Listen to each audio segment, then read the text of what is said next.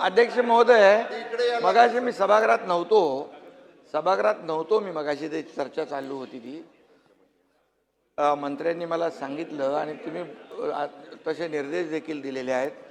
मला एवढंच सांगायचं आहे की सभागृहाचं कामकाज जे आहे तुमच्या अध्यक्षतेखाली चालतं. आज मी त्यांना सांगू इच्छितो की काल जो एक जोर का झटका धीरे से लगा है, त्यामुळे त्यांचं मानसिक संतुलन बिघडलेलं आहे. आणि दुसरी गोष्ट, मानसिक संतुलन बिघडलंय आणि त्यामुळे आता आणखी झटके लागणार आहेत. अध्यक्ष महोदय, तुम्ही सभागृहाचं कामकाज नियमानुसार चालवता आणि आजपर्यंत तुम्ही दिलेले निर्देश आणि तुमच्या अध्यक्षतेखाली या सगळ्या विरोधी पक्षाला देखील त्यांचे मांडण्यासाठी, प्रश्न मांडण्यासाठी जो काही वेळ देता तो आतापर्यंत कधी विजय भाऊ दिला होता का? आणि दुसरी गोष्ट, राज्यमंत्री असतात, एखाद्या प्रश्नाला, एखाद्या लक्षवेधीला अतिशय व्यवस्थित न्याय मिळाला पाहिजे.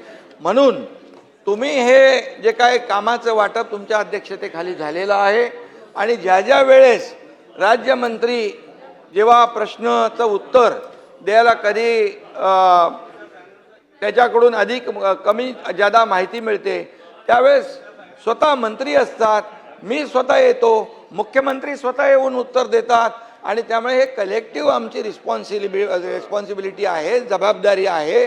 त्यामुळे काय आहे, आता काय झालंय, त्यांच्याकडे मुद्दे नाही आहे, ते डेस्परेट झालेले आहेत, फ्रस्ट्रेट झालेले आहेत आणि आता त्यांचं मानसिक संतुलन बिघडलेलं आहे. त्यामुळे आता ते नाही आहेत. नाही तर मी बोललो असतो, कोण होता असं तू, काय झाला असं तू, अरे वेड्या असा वाया गेला असं तू, अरे काय. त्यामुळे अध्यक्ष महोदय, त्यांना जे जे काही प्रश्नांचे उत्तर पाहिजे त्यासाठी सभागृहात थांबले पाहिजेत आणि म्हणून प्रत्येक प्रश्नाचं उत्तर द्यायला सरकार समर्थ आहे. बिलकुल आम्ही समर्थ आहोत. प्रश्न मांडण्याची जबाबदारी जी आहे ती त्यांनी पार पाडली पाहिजे. नुसतं स्टंटगिरी करून येऊन इथे काहीतरी बडबड करून जायचं आणि सभागृहाचा वेळ वाया घालवायचा. आणि म्हणून मी आपल्याला सांगतो, विजय भाऊ तुम्ही समजदार आहे, ते जयंतराव, नाना भाऊ, तुम्ही बी त्यांच्या नादाला लागले, काय पोराटोरांच्या नादाला लागतात तुम्ही असं काय. त्यामुळे अध्यक्ष महोदय, पूर्णपणे या ठिकाणी सभागृहामध्ये विरोधी पक्ष जे जे काही या शेतकऱ्यांचे प्रश्न मांडा, या महाराष्ट्रातल्या जनतेचे प्रश्न मांडा, जिथे शेतकऱ्यांच्या अडचणी आहेत ते प्रश्न मांडा, त्याला उत्तर द्यायला आम्ही लोक खंबीर आहोत. सरकार खंबीर आहे. प्रत्येक याला पैसे शेतकऱ्यांना आतापर्यंत, नाना भाऊ, आतापर्यंतच्या इतिहासामध्ये मी 2.5 वर्ष मुख्यमंत्री होतो, आता देवेंद्रजी काम करता, आतापर्यंतच्या इतिहासात 45,000 कोटी रुपये शेतकऱ्यांना देण्याचं काम केलंय. 15,000 रुपये नुकसान भरपाई. त्यानंतर तुम्हाला सांगतो, पहिलं तुमच्या काळामध्ये NDRFच्या निकषाने पैसे देत होते, आम्ही NDRFच्या दुप्पट केलं, 2 हेक्टरचं 3 हेक्टर केलं.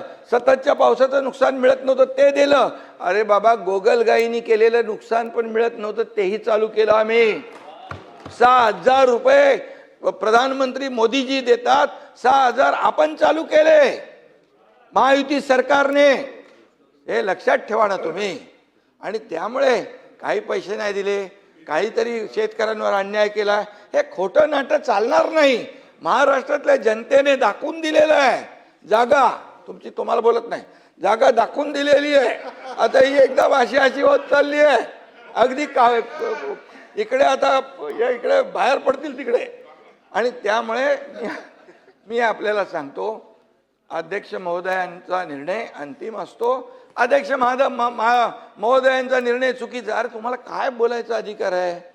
अध्यक्ष महोदय, जे नियमाने हे सभागृह चालतं, हे सभागृह सार्वभौम आहे, याचं पावित्र्य राखणं आपलं काम आहे. त्यामुळे आम्ही सगळे काय सर्व 19 ते 22 काय होतं तुम्ही लक्षात, तुम्ही होते ना जयंतराव, 19 ते 22 काय परिस्थिती होती, उत्तर द्यायला कोण सांगायचं? अरे बाबा, सभागृहात तरी बसायची का लोक?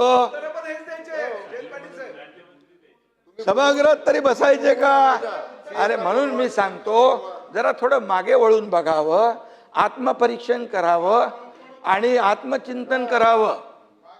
जो जो जो जो शीशे के घर में रहते और दूसरे के घर पे पत्थर नहीं फेंका करते. जरा समजून सांगा जयंतराव. समज के लेने दो नहीं तो पूरे. पाटील साहेब अरे नाही आहेत ना, जरा समजून सांगा शेजारी. समजून सांगा, समजून सांगा. ठीक आहे. काय होतं सुधीर भाऊ? अध्यक्ष महाराज, हक्कभंग